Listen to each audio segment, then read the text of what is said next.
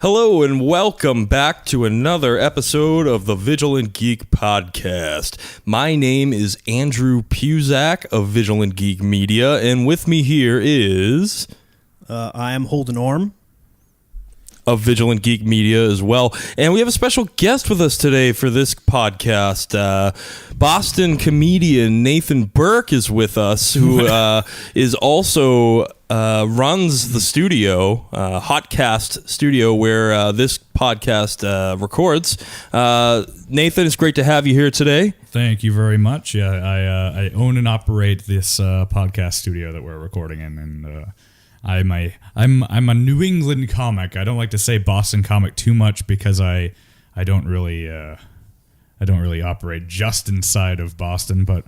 Well, belay my last, he is a New England comic. Excuse me. Because I live pretty far outside of Boston. Now, Nathan has actually been showcased on the Vigilant Geek blog for all you blog readers out there that have been with us since the beginning. And he's actually a fantastic character comedian. And one of his favorite characters that he plays is the Duke of Cambridge. I was wondering if maybe you could tell us a little bit more about that character. Maybe give us a little... quip or two, perhaps. Oh, well, he's you can look it up on YouTube, but if you just type in Nathan Burke, Duke of Cambridge, it should pop right up. But it's he's a medieval, sexually ambiguous sociopath that sort of tells lewd jokes, and it's kind of only funny because he thinks it's funny. But that's kind of how I describe it. But yeah, it's and some of his views, especially in regards to feudalism, might not be so popular in today's politically correct society. But no, but I get away with it because it's a character. Exactly, and I love and I love the costume too. I love like the purple blouse that you wear. And well, funny story about that. I recently quit my job, which supplied the costume, so I need to find a new costume that I can't steal from my work. Well, you know, amen there, brother, on sticking it to the man. If I could quit my job, boy, I'd be right there with you. But, you know, I know... Mondays, right? Well, boy, I got a bad case of the Mondays every week, I tell you. Oh, man. But anyways... you know, maybe Holden over here could stitch you up a new costume. I hear he's great at cross-stitch and crocheting. And CrossFit. Yeah, he does a lot of CrossFit. Holden's the only person here that works out. Yeah, that's almost true. I mean, I can't stitch, but I guess I've been going to the gym, but it's not something I'm all right. But do you really make costumes or anything? Oh no! He was just a he was leading you on. That's funny that was the most interesting thing he had to say for you. That's the thing that really caught your ears there. Yeah. No. Yeah, well, I want to know. You know. Well, don't worry. We will find someone to make you a costume. Could someone please, you know, out there who does in fact make costumes? We need a new costume for the Duke of Cambridge. Yeah. Something purple. Something. Maybe 12th century. I don't know. Yeah, about that. That's about right. I would, and I'll say this: it's a sort of a silver lining. I would like a new costume because the one I was wearing was more of like a pirate-y sort of costume. So it's okay. I'm coping well with it. Yeah. Did you know that I believe it's Prince William, as his actual title is the Duke of Cambridge? Yeah. There is an actual Duke of Cambridge. I think I realized that after the fact. Yeah. Well, you got to run with it now. I know. I can't. You can't go with it. I mean. Well, actually, I was originally the Duke of Manchester because the first time I did it was in Manchester. So it's kind of like whatever town I'm in. Like and when you do the Boston area, you do the Duke of Cambridge, then you say it's the proper Cambridge. Yeah, it's not this horrible Cambridge that you people are used to. Paltry excuse for city-state. Awesome. Well, hey, if you're listening out there and you want to watch some of Nathan Burke's hilarious character acting, go to YouTube, Nathan Burke, Duke of Cambridge. Also, go to our blog and you'll find it there as well. So moving on, today's podcast is going to center around the Marvel Cinematic Universe. We had touched upon that briefly in episode 1, but I didn't feel like we really spent enough time on it. So today we're going to take you phase by phase and discuss some of these great films and how they all sort of started to intertwine on us over these past few years. So, all right. First, I guess we're going to start off with some films that we like to call Phase Zero.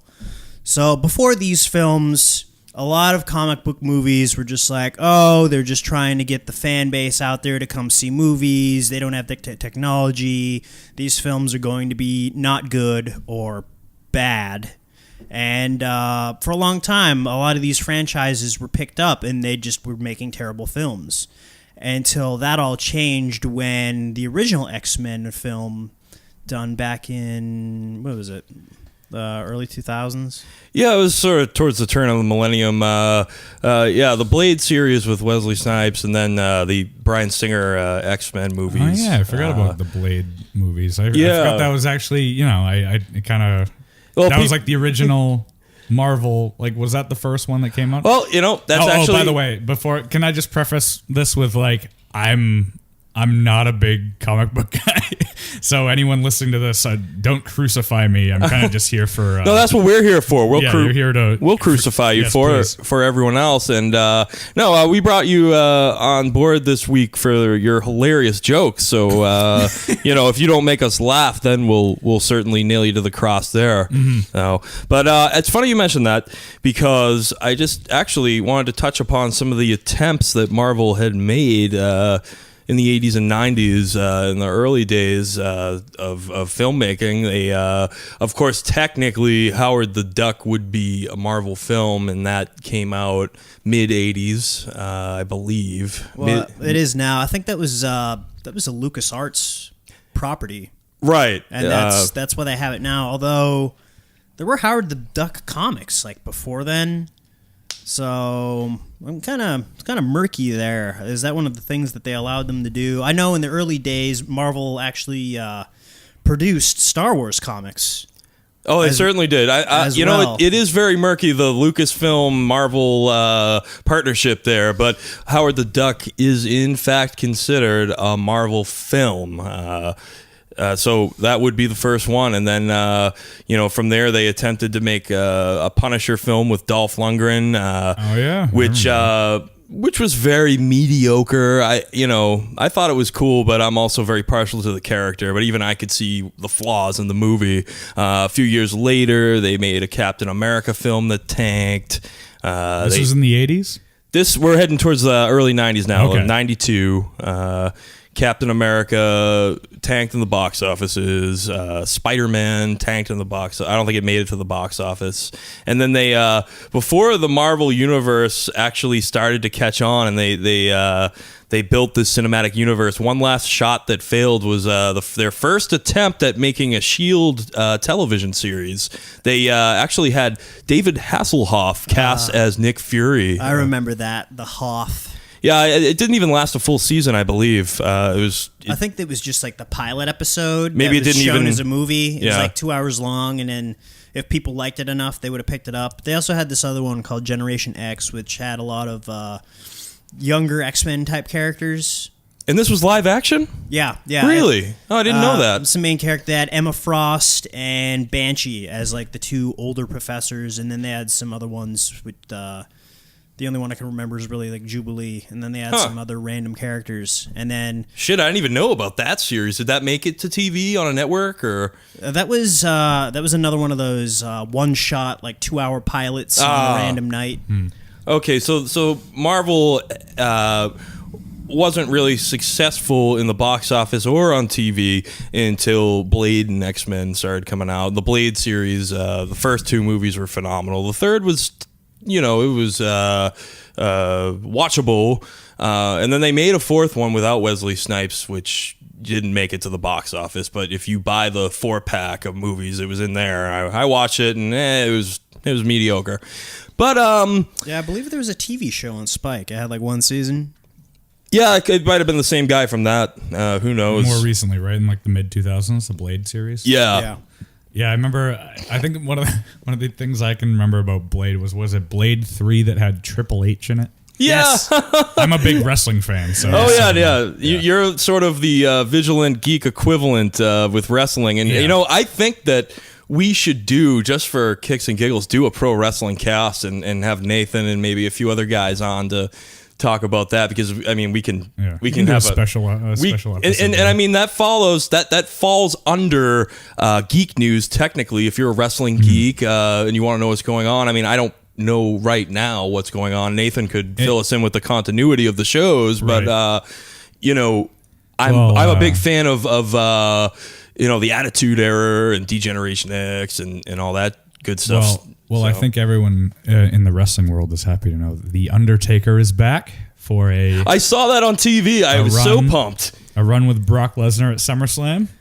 I saw that. That was one thing I can attest to. That is going to be cool. Is he going to tear out Brock Lesnar's rotting colon out in the middle of the ring and throw it in a casket and then bury it? And they're like, oh no, I'm Brock Lesnar and I can't poop anymore. And then Stone Cold Steve Austin's gonna come on out to the ring on his 4-wheeler and run your ass over and then throw you in another casket and then bury you, and then the Undertaker and him are gonna go chug down a couple bears. Give me a hell yeah. Wow, well, I can already tell that we have to schedule a pro wrestling cast. We'll have to do that sometime. But we do, unfortunately, have to stay on topic here. So, as we continue talking about Phase Zero, these are the films that finally started to catch on with the viewers, with fanfare, and actually gave Marvel hope to start creating this fantastic cinematic universe. So, just real quick, I want to run through some of those films that led up to that point. Not all of them were box office hits, but they were sort of testing the waters, if you will, in the beginning there, before Marvel Studios finally started making their own films. So we talked Blade, Bryan Singer, with the first 2 X-Men movies. It blew people away. And then, of course, we had the Spider-Man trilogy with Tobey Maguire, which, in my opinion, is the best live-action Spider-Man media you're going to find. In addition to that, we had our 2 Fantastic Four movies, which were, I thought they were good for what they were, but once again, they weren't, big box office smashes or anything. We had our first Hulk movie with Eric Bana, which was, you try not to bash anything too hard. I remember we tried to have a day where we watched a bunch of them, and we couldn't get through the first Hulk movie. Oh, it was tough. It was tough. It was really tough to watch. Not to break the fourth wall and mention that we're friends. Yeah, we've been friends for shit. I mean, all of us have been friends for years. Definitely since high school. But but yeah, I remember you were pissed off that I hadn't watched a lot of these movies, and so I think one day we watched like 4 or 5 of them. Yeah, well, I think we could have left that Hulk one out and at least started with the Incredible Hulk with Edward Norton, but I don't know why I forced you through that one. I mean, we tried. The big thing about that movie, which made no sense to me, was his big feud he had with his father, and his father had made these irradiated dogs that Hulk had to fend off, and the whole thing. It didn't stay true to the source material very much, and it was very yawn-inducing. But I mean, this was once again Marvel testing the waters here with the box office. They weren't quite sure. They didn't know what they had. They didn't know what they had with these stories yet. So we had that Hulk movie. We had The Punisher with Thomas Jane. Fanboys go nuts over that one. Is that I can't think of which one it was, but there was a Punisher movie that a kid I worked with worked overnight at the supermarket stocking shelves for a while, and we would watch movies when we had downtime because we could. And there's no security camera. Oh yeah, that's great. In the break room. So he'd bring his mini DVD player and we'd watch movies. And he showed me a Punisher movie. I'm not sure if it's that one. Did it have John Travolta in it? No. Oh, it might have been the Punisher Warzone with Ray Yes, it was Stevenson. that. Yeah, It was that one. Now I thought that Ray Stevenson was such a great Punisher because And he that's had what he said too. But it was like it was so over the top. Maybe it's because I didn't know the comics. Well, I mean, it's a very over-the-top character, obviously, but well, Punisher's well known for its ultra-violence, the book itself. That's what a lot of people are attracted to. oh, absolutely, you're gonna get the blood and gore with the Punisher. Everyone, I mean, most people know that. But the thing about Ray Stevenson is he played sort of like the big, dark, stoic. I mean, not that Thomas Jane wasn't big, dark, and stoic, because he certainly was. But I mean, the fact that Thomas Jane didn't talk much during his Punisher film, well, Ray Stevenson, I mean, I don't know if he had more than 5 lines in that movie. Yeah. So a little bit of difference there. He's a bigger guy too. I mean, so physically he's a little bit more believable Punisher. But I thought overall Thomas Jane was a better Punisher in regards to acting and stuff like that. So I mean, both movies did very mediocre at the box offices. But then again, Punisher is a story that has like a smaller fan base too. It's kind of like a cult type following where there's only certain people that are into that kind of a dark, gritty, violent tale. Wouldn't you say he's a fringe character, Andrew? I'd say... You like your fringe characters, Andrew. I'd say if I were to write an encyclopedia on comics, you look up fringe character and you'd probably see a picture of the Punisher. So yeah. I think if he wore a jean jacket, he would definitely have some fringe in him. The jean jacket Punisher, that would be an interesting one. I'd like to see that actually. You know what would be really cool is if he had a mullet and cut off jean shorts too. Yeah. Also with fringe. Lots of fringe. I mean, I'm talking shoelaces with fringe. Yeah. I mean, different multicolored fringe. Moccasins even. I'm sure you're not like talking about frayed, like frayed edges. Well, Yeah. they say fringe. I think fringe and frayed are in the Yeah, same. it's like frayed fringe. Yeah. Yeah, it's like a rough fringe. You get fringe on your denim vest there, bud. You know? Frayed and fringe. I always wanted to like rock one of those sleeveless denim vests too, with like all the patches on it of all the different punk bands and maybe a little bit of like spikes on the shoulders. But I don't know. I never got into dressing like that. I mean, my parents dressed me like probably until senior year of high school, and then I went to military school and they dressed me there. So I love Holden nitpicking about fringe and frayed. It's Yeah. he's a clothing designer. The funny thing is that I really don't know very much about fashion.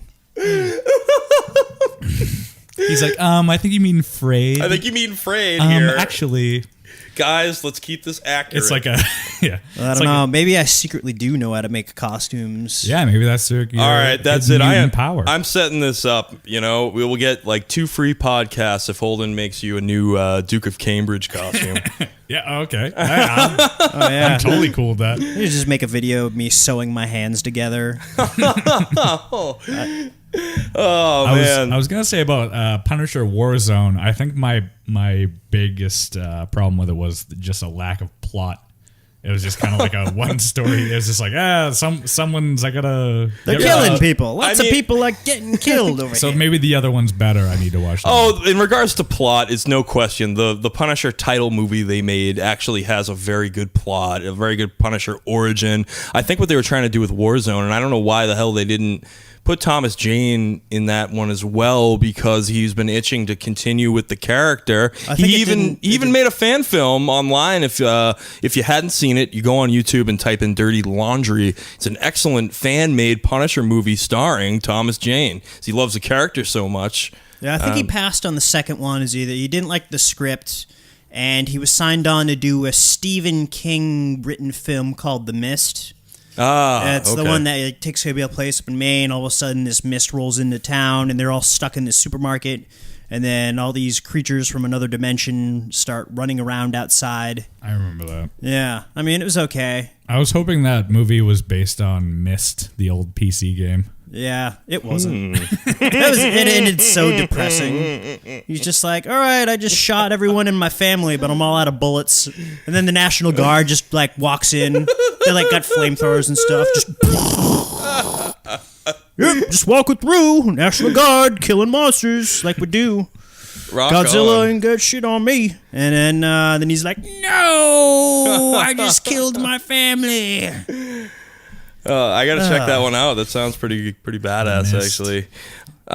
Keeping things sort of on track here, though, just to finish up Phase Zero, we did get into talking about the Punisher and some fringe characters. 2 other movies based on some fringe characters that are, I guess, worth mentioning before we move on to the Marvel Cinematic Universe itself, where the first Daredevil, the only Daredevil feature film ever made, starring Ben Affleck, where he sleeps in the bathtub and people didn't like it, and I thought it was actually not that bad, but Ben Affleck didn't do that bad of a job as Matt Murdock. I know there was some writing flaws, some acting flaws. I didn't really like Jennifer Garner cast as Elektra. I thought it was lame. She didn't look like her. She didn't act like her, really.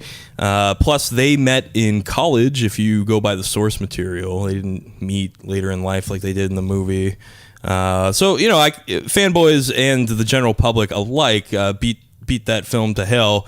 I think if you don't nitpick too much and, you get a little buzz on before you put it on, I think it's not a bad movie. But the Elektra movie that came shortly after that is a whole different story. I couldn't sit through it. It was rough. Well, it was the start of a beautiful relationship between Ben Affleck and Jennifer Garner, though. Yeah, but he actually just destroyed. Because he was on the set. ending. Yeah, he's on the set of the Suicide Squad, and not to get into the celebrity gossip here, but apparently he's been having a little side thing with Margot Robbie, who plays Harley Quinn. Yeah, well, it's a good choice. getting a newer car. Yeah, so to speak, he's trading up, I guess. So you can't fault a man for that, I guess. I don't know. Or you could. You definitely could, because the sanctity of marriage is important to some people. I hope his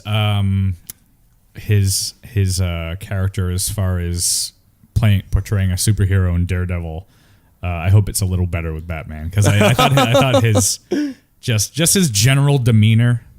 Ben Affleck, I feel like he doesn't suit a superhero character, but I don't know. But we'll see. Yeah, but he looks like Bruce Wayne, and that's right. That's really, and then he can also looks aren't everything, Holden, and he can act. He's a good actor, right? Oh yeah, Right? I've liked him in lots of other things. No, he's he's a phenomenal good director, phenomenal director, phenomenal writer, phenomenal actor. No questions there, and he's got the voice down better than anyone yet, in my opinion. I've only seen the trailer, but it seems based on that, the whole "do you bleed? You will." I mean, obviously I can't do the voice, but it impressed me. I think he's taking himself to a really dark place for the role. Give it up, Joker. He's a lot. I'm gonna make Geely too. Oh God, yeah, that's not a very good example either of his acting abilities. But no, I mean, over the years he's been in a lot of cool stuff. I'll say this about Geely: there's been worse movies. I didn't see it. I saw it just out of curiosity. There's been worse movies. Really? It wasn't so horrible. No. Yeah, but how is it that you even ended up watching it? Tell me it was a girlfriend. Please tell me. No, I watched it alone, and God, that's depressing. Because I wanted to see this movie that everyone was saying was so horrible, and I was like, you know what? It's not as bad. It was only bad because it was like Jennifer Lopez and Ben Affleck. That's so dark Together. It's so dark. I know, and just people thought it was going to be so horrible, but. See, she wouldn't go for a guy like him. She doesn't like white guys anyway, so that's not believable. And she needs somebody with a little bit more of an edge, somebody that's going to smack her around a little bit, like Jay-Z or Mark Anthony. Whatever his name is. Yeah. I actually don't know much about celebrity gossip, so no, me neither. Why are we going down this road, guys? I don't know, but I don't even know. Divert. I don't even know if she is even married to Jay-Z or what celebrity she's really married to, because I don't follow that stuff. It's the first name that came to my mind. I don't know. All right. Sorry, well, I didn't mean to take it.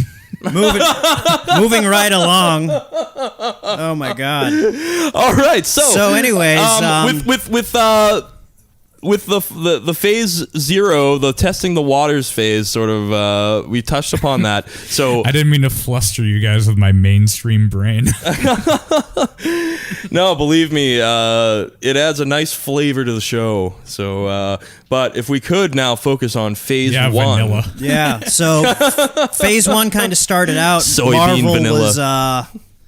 Marvel was like, hey, we have the technology now. We're sick and tired of signing over these properties that we have and having people making movies. Why don't we just make them ourselves and make way more money? Because we know exactly what we're doing. And the first movie that ever came out of Marvel Studios was Iron Man back in 2008. It was directed by Jon Favreau. It was expertly casted with Robert Downey Jr. as Tony Stark. Absolutely. And much like Swingers, also directed by Jon Favreau. Yeah. Yeah, by the way, I was a big fan of Swingers, but I don't want to get us on another tangent. But no, Robert Downey Jr., perfect Tony Stark, probably the best casting decision in Hollywood ever. And his career was nothing at that point, really. Well, I blame that on the drugs, but yeah. Obviously, but he it was was. well known from a lot of Rat Pack stuff. In his personal life, he was kind of considered an alcoholic playboy, which just made him perfect to play Tony Stark, considering he's an alcoholic playboy. I mean, besides Charlie Sheen, Robert Downey Jr. was the perfect choice for Tony Stark. I mean, That would have been a good choice. Personally, I think Sheen could really cold cock him, in that suit. I'd give him a little mustache. I think he'd be great. But he flies in on the suit and blasts some terrorists in the face. I think they should winning. And see, Sheen doesn't even need to work out, as he's Sheen. He looks all like decrepit now with all the drug use and prostitution. Marvel should just create a superhero for Charlie Sheen, just like a tiger blood character, like the tiger blood. Yeah. So he has Adonis DNA. If they worked out a deal where they had a popular writer and a popular artist and got the copyrights okay from Charlie Sheen, that would sell off the shelf so friggin' fast. I would love it. But anyways, only if he only does sitcoms now, so it'd have to be like a Marvel sitcom. He'd come in and be like, "Oh, I've been fighting crime all day. Let me tell you about all the sex I've been having when I'm not fighting crime." It's like, let's throw in some sex puns. That's exactly what it would be like. It'd be great. I'll say this: Iron Man to Robert Downey Jr. was kind of like what Pulp Fiction was to Travolta and Charlie Sheen. Oh, no, he was not in Pulp just Fiction. Resurrected the resurrection. No, I agree completely. No, you're 100% right about that. Or Mickey Rourke with The Wrestler. Another great example of a washed-up actor who just came back to Hollywood, kicked ass. Still talented. Oh, he's great. And he was great in Sin City, and he was also great in... Iron Man 2. Iron Man 2 as Whiplash. We'll get into that in a minute. He was great in that, and I actually really liked Iron Man 2. Iron Man 2 is awesome. Mickey Rourke killed it in that. Mickey Rourke was just such a great douchebag Russian. We were talking about this earlier today, where he's like, "I want my bird," and he's like, "Oh, we got you a bird. It's a nice bird. Look at that pretty bird." And like, "I want my bird." Anyways, we'll get into that later. So we're talking about Phase 1 here, and sorry for getting us off task yet again, but we're mentioning Iron Man as the movie that really was like the pioneer movie to kick off the Marvel Cinematic Universe. Yeah, and then this is the movie where they kind of realized what they had and what they could build upon. As soon as this movie did so well, because before that, Iron Man wasn't really an enormously popular character in Marvel. He'd kind of had a piss poor rogues gallery. Besides the Mandarin, who's he got? Ironmonger and Whiplash and Justin Hammer, but Justin Hammer really just builds tech. Yeah, he's just more of a rival, not really a rogue. Well, I mean, he's been used as a rogue in the comics before, where he's like stolen like Tony Stark's tech and like threw it on and like went toe to toe with him and stuff. But he's definitely a lot more of a business rival. I agree. Yeah. So, anyways, here they realized what they had with these properties. That we have all these established characters with all these backstories that we could use to build this enormous cinematic universe where they got 50 years of Simod story arcs that they can dig out. All this continuity, everything being interconnected. It's like almost like every movie is just an episode. And why haven't they used Iron Man's like biggest villain in a movie yet. Well, they did, but they kind of fucked it up. Pardon my French there, but in Iron Man 3, they do showcase the Mandarin, but he's not the same. No, not the Mandarin. I mean Rust. Rust. Iron. It's a joke. It's a long way to go. But go on. I didn't mean to do that. You totally Adam Carded us there on that one. Yeah, it was a long way to go for that one. But okay. Well, we'll get to Iron Man 3 and my disappointment, but then my rebirth and enjoying that movie in regards to Mandarin. But let's continue with some of the films you encounter going through Phase 1. Now, if you're looking to start a Marvel movie marathon or something, and you want to start at the beginning and go to the present, you start with these movies. Iron Man, The Incredible Hulk with Edward Norton, Iron Man 2 we talked about with Mickey Rourke as Whiplash. That was a great flick. I do love that there's that chronology to it. Like, you do have to watch them kind of in order. Oh, yeah, absolutely. And that gets more prevalent as we get into the introduction of some of these Infinity Gems, which we'll touch upon as well as we go further down the line. And I don't think Holden should bash your love of fringe characters, because really, a lot of those guys were sort of fringe. I mean, like, is Thor really like was he like a main? Yeah, no, he absolutely has always been. He's one of the original Avengers. Yeah. But I'm wrong. I just feel like maybe some of those guys are like not. Well, I mean, a lot of characters that are being used in the Marvel movies now are actually a lot more popular than they ever were, simply because they're on the screen. Black Widow has been selling a lot better. Hawkeye with Jeff Lemire. That's been a great book. Yeah, that's been really good. I heard good stuff about the Matt Fraction written stuff too. It's just I haven't really looked into it too much. But I've heard good things about that as well. Yeah, I've heard great things. I didn't read Hawkeye back then, but I know that Jeff Lemire is doing some great stuff. And this isn't supposed to be about books, but just real quick, he's diving into Hawkeye's origin more than any writer really has up to this point, where he was just kind of like this kid who worked at a carnival, and he was just an amazing shot, and he just finely tuned that throughout his life. The orphan who ran away from home and joined the circus. Oh yeah. This house is full of teddy bears from those carnival games. Well, funny thing you mentioned that. Spoiler alert here, but if you haven't seen Age of Ultron yet, you're a poozer.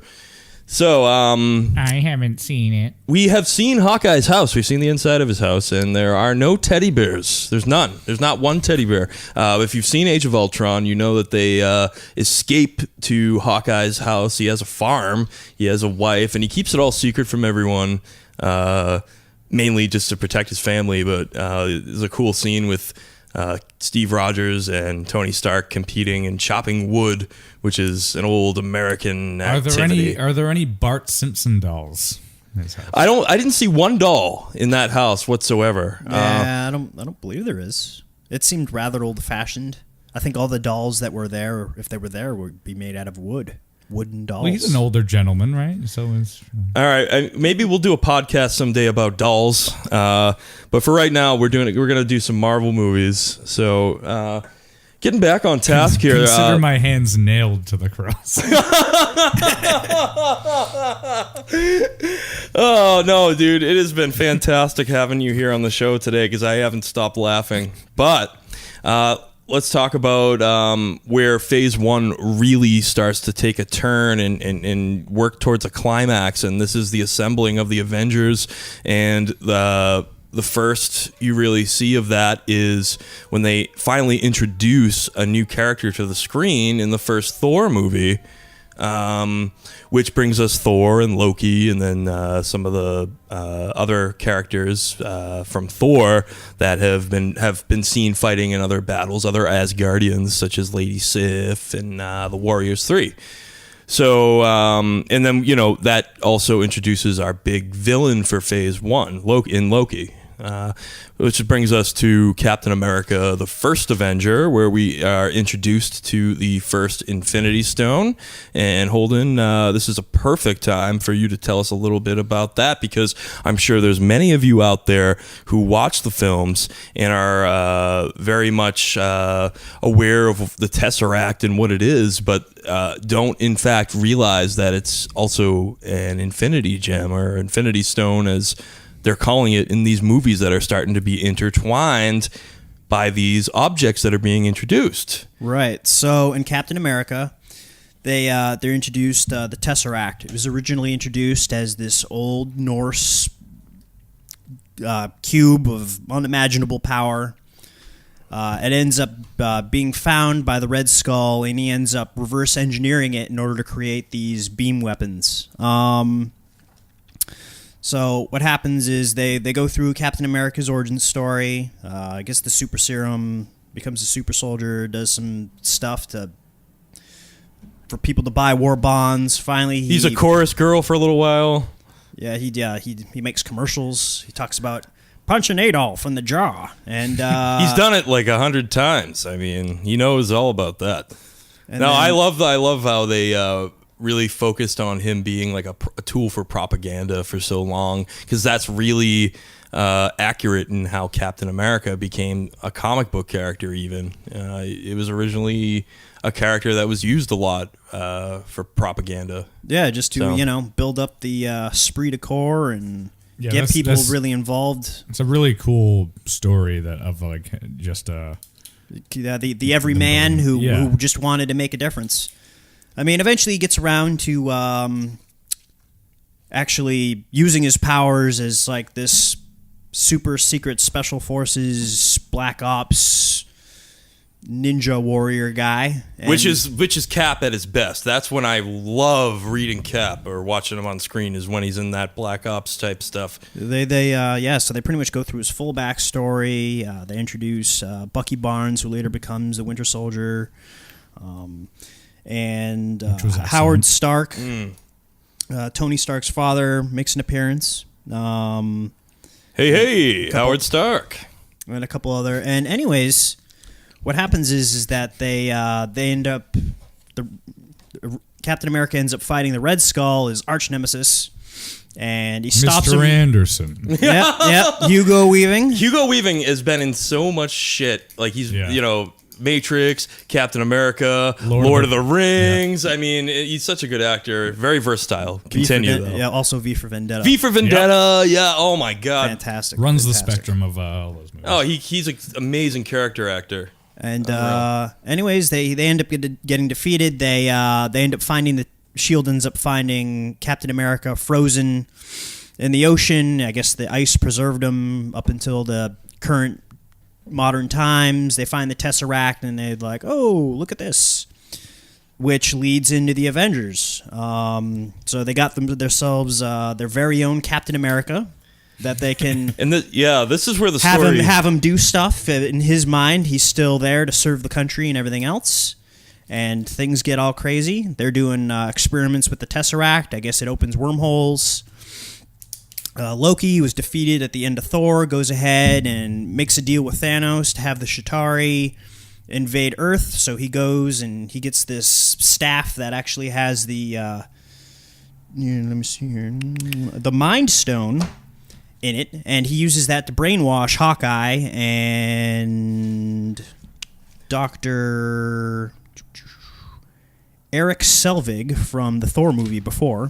It makes him go. Oh, remember when he was going streaking, or was that in Thor 2 when he's doing that? That was in the second one. Oh, that's after he's all messed up from the effects of the Tesseract. Yeah. So, anyways, sorry. Loki pits everybody against each other, and it turns out that the Tesseract itself is actually the Space Stone, which is blue. And at the end of the movie, everyone gets defeated, and then they bring it back to Asgard for safekeeping. If you're not familiar with the Infinity Gems, what they're calling them the Infinity Stones in the movies, and this is what they're building up to. One of the biggest Marvel storylines or crossover events that they ever had was the Infinity Gauntlet. And what that is Thanos goes and he gets all these Infinity Gems, and they have all these different control over different aspects of reality, like soul, time, space, mind, reality, and power. And when you have them all, you have all the power to control everything around you as like a god. And everyone in the Marvel Universe had to go up against Thanos. So this is, once we found out that the Tesseract was actually one of these stones, we finally found out what Marvel's Endgame is. They're building everything up for one giant, enormous crossover movie event. Two-parter called Infinity War, which will be Avengers out. Infinity War. Woo! Part 1 will be in 2018, and then Part 2 will be in 2019. Beautiful. That is going to be a couple of great years for sitting in the movie theater. I'll be watching that movie probably 4 or 5 different times. I have a dumb question. Sure. How loyal is the Thor comics to Norse mythology? Ooh, see, neither of us are big into the Thor book, so this is an interesting question. I'm pretty familiar with Norse mythology. It follows it up to the point where they're talking about Loki. In Marvel Comics, Loki is Thor's adopted brother, whereas in actual Norse mythology, Loki is actually Odin's adopted brother. Oh, okay. Really? Huh, I never knew that. Well, no, that was not a dumb question because I didn't even know the answer. I've never, it's funny. So good. I just picked up. Help me off this cross. Now, believe me, a few more. 10 fingers. A few more of these, and you won't feel like you're on the cross anymore. But funny. I don't read a lot of Thor, but I just picked up a Thor comic today at the local retailer for Comic-Con, as I'm going to be meeting Stan. I wanted him to sign something worth signing, and I found an original Stan Lee, Jack Kirby issue of Thor. The cover's really cool. He's fighting this big monster. And very nice to meet you. That'll be $100. No, it's more than that. Keep going, buddy. It is not cheap to meet that man. But how much longer is he going to be around for? He was like 91. Like, we'll be lucky if he makes it another week. Apparently he cancels a lot. So he's in and out of the hospital. I mean, he just got out of the hospital again 2 weeks ago. He's doing pretty good. I think he's like the last World War II vet alive right now. Wow. Well, either way, like, I'm just friggin' amazed that I'm going to have a chance to meet him before he kicks a bucket. I mean, not that I'm looking forward to that day. If you didn't hear that, Andrew was Captain just America? Furiously knocking on wood. What about Captain America?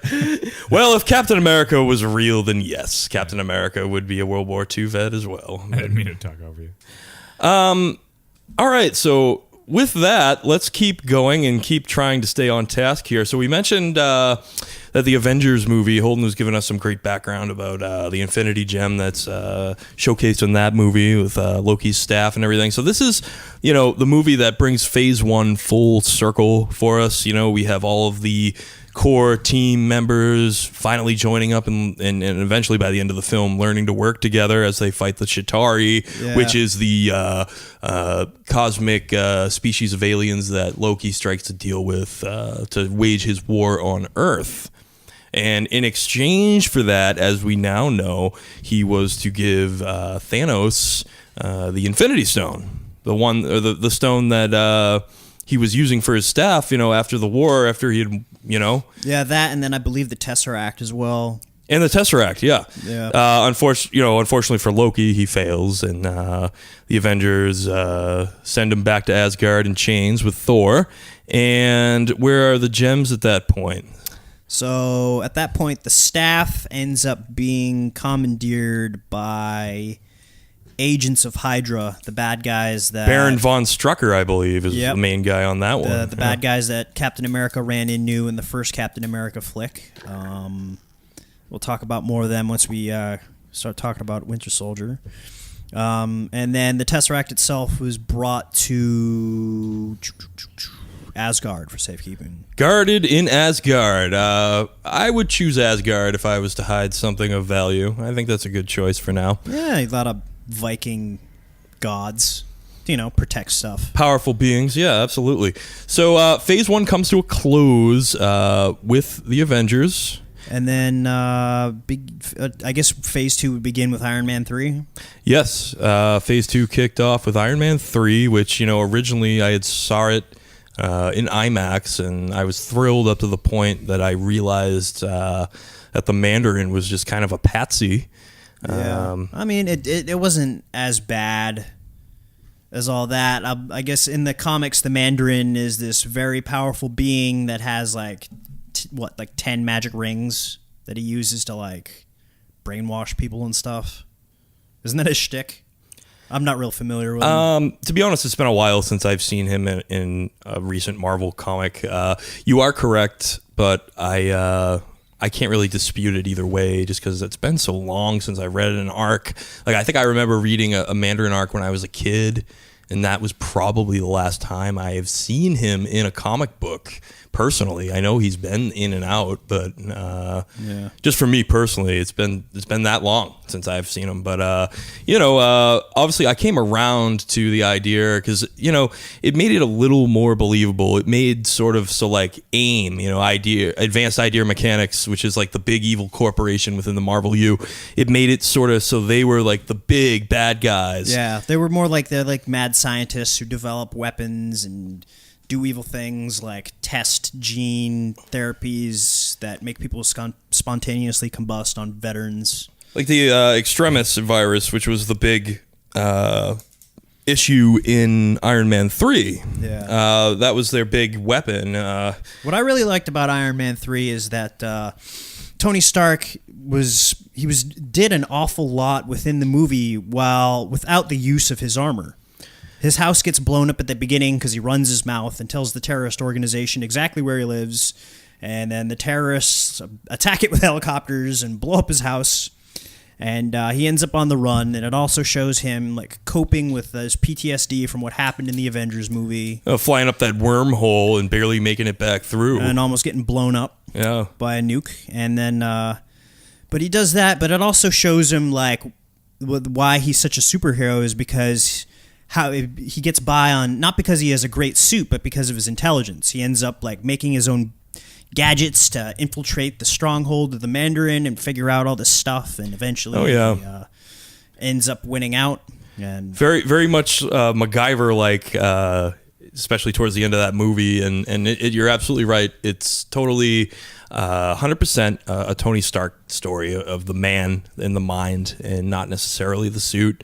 In fact, it's even more prevalent in the last scene of the movie when you have all those, Iron Man suits that he's programmed to work by themselves. It's sort of just one last message to the viewer that, hey, Iron Man is the man, Tony Stark. It's not the suit. It doesn't have anything to do with the suit. The suits are all tools that he uses to do his job.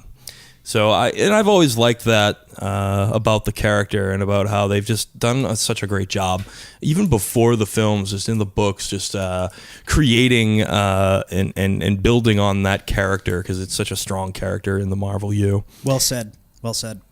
So that brings us to Thor 2, The Dark World. Dark World. Where we get introduced to another Infinity Stone. Right.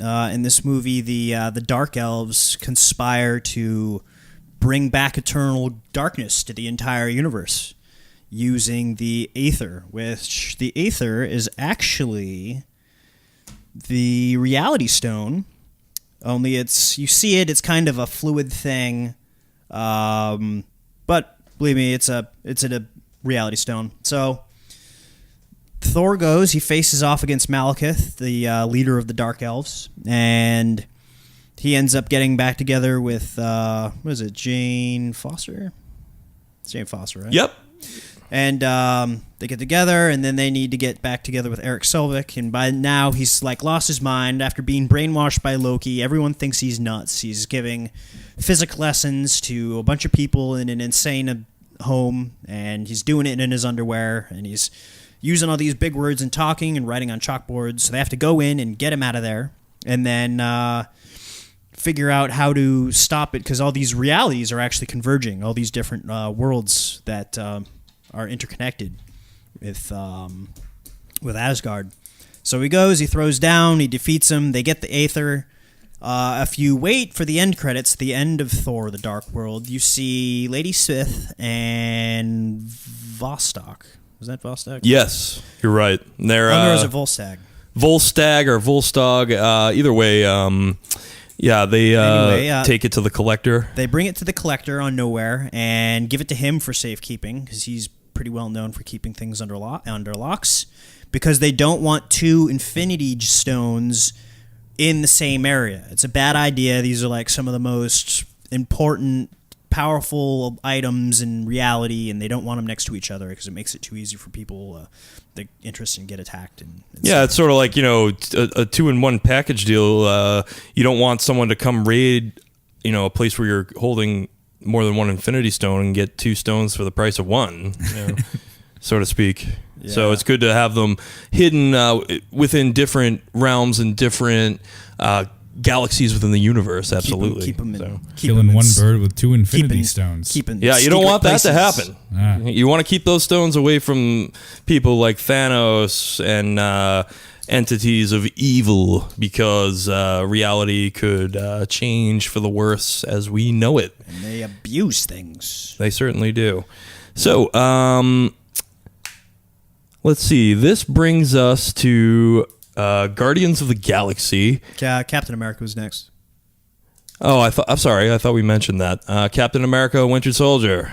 Right, chronologically. In this, it's Captain America after the Avengers movie, how he's coping with things now in the modern era. Here's a man who's lived back in the 1940s, 1930s, and now he's living in a new era, and he's kind of questioning the work that he's doing for the government, and questions what he's fighting for. And in this story, it actually turns out that Hydra survived, and they managed to put people in positions of power.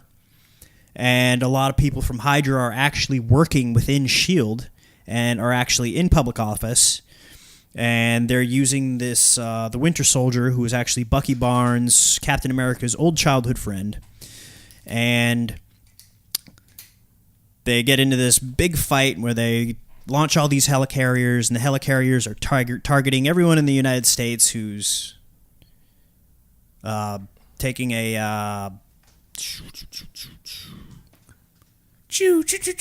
Yeah. It's a lot of guns, a lot of shooting. So they face off. They end up thwarting evil, but Captain America's like, S.H.I.E.L.D. gets disbanded, or I'm not going to fight anymore. And he gets real beat up, but he ends up winning. The Winter Soldier escapes, but he's trying to figure out who he is because he keeps getting brainwashed. And then that leads us to the Guardians of the Galaxy. Correct. In this movie, which was really groundbreaking because it just sort of had a different tone for a superhero movie as opposed to most other superhero movies we've been exposed to up until this point. It had like a much lighter comedic tone to it. It was also really refreshing because it was a Marvel property that not a lot of people knew about. So it was fresh and it was new. You got to get to know all these new different characters. Could you say that is a fringe? Not anymore, but they used to be. Yeah, they used to definitely be a fringe yay! Set of characters. I made absolutely. Kind of a good point. No, absolutely. Fringe can become something more. Oh, absolutely. No, these characters and the characters, the team that they have on screen right now was not the original team of Guardians when the book came out. Yondu, who is actually one of the adversaries for Star-Lord and the Guardians throughout most of the movie, was actually a member of the Guardians originally, along with Starhawk. A lot of other characters, but they've changed people out over the years the same way they've done it with the X-Men and any other superhero fighting team out there. So it was interesting for even someone who had read the book for a few years prior to see these characters on the screen, because it was still fresh and raw for me, and I had still had a ways to go learning about the characters, and I think a lot of other people were in the same situation where it was just fresh and new. It's like the next great thing. So plus the tone that was taken, telling the story, and the amazing writing and directing by James Gunn, it ended up being a real blockbuster. So in that movie, yet another stone is introduced, and that stone is the Power Stone. Power Stone. Which is a red stone.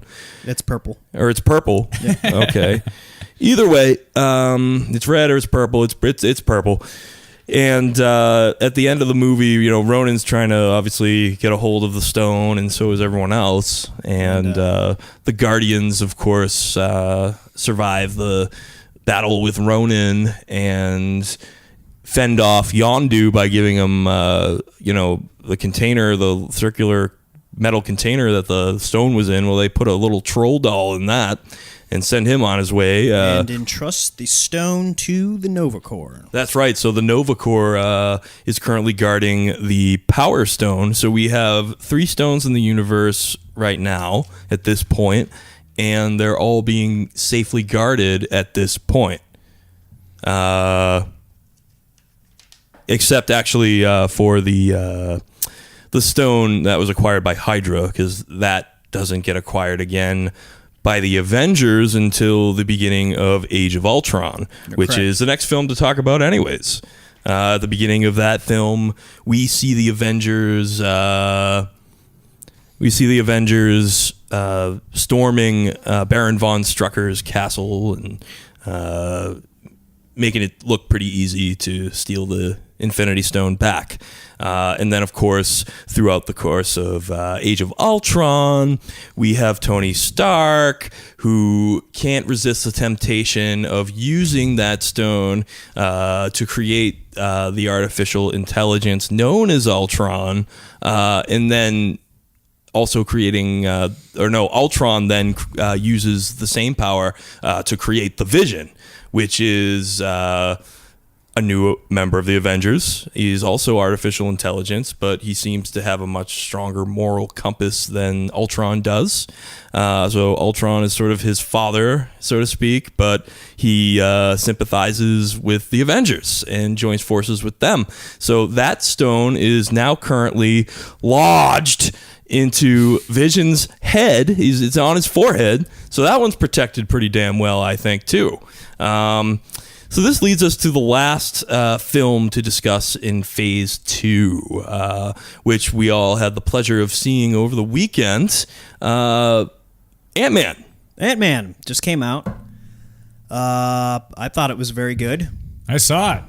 You did? Yeah. You're in the know. Everyone knows about Ant-Man. And I enjoyed it very much. I thought it was excellent. And I like that, we might want to save it for part 2, but about the one of the writers of it. I was interested to learn that an old SNL writer, someone who wrote a lot of Will Ferrell movies, was a writer for that. So as a comedian, it was interesting to learn that Adam McKay wrote for Ant-Man. Very interesting. And I'll tell you what, why don't you give us a little bit of a background on Adam McKay, because I find it pretty interesting myself, as soon as we take a break to plug Hotcast Studios. All right, we can plug Hotcast Studio all day. All right, so we're here in Hotcast Studio. You can look up Hotcast Studio at Hotcast Studio on Twitter, and you can look up the website at hotcaststudio.com, which is still in progress, but it will be up very soon. And you can come to Hotcast Studio and record your own podcast if you'd like to. And for a fee, you can contact me, and you can contact us on Facebook and like the Hotcast fan page, or follow us on Twitter at Hotcast Studio. And you can email me at nburke18. I don't have a at gmail.com. I don't have a Hotcast email yet, but you can contact me on that if you want to record your own podcast like these gentlemen are doing here. And it's located in Beverly, Massachusetts. So if you're close to Beverly, you can absolutely have the opportunity to record your own podcast. Beautiful. We'll be right back with part 2 of this cast.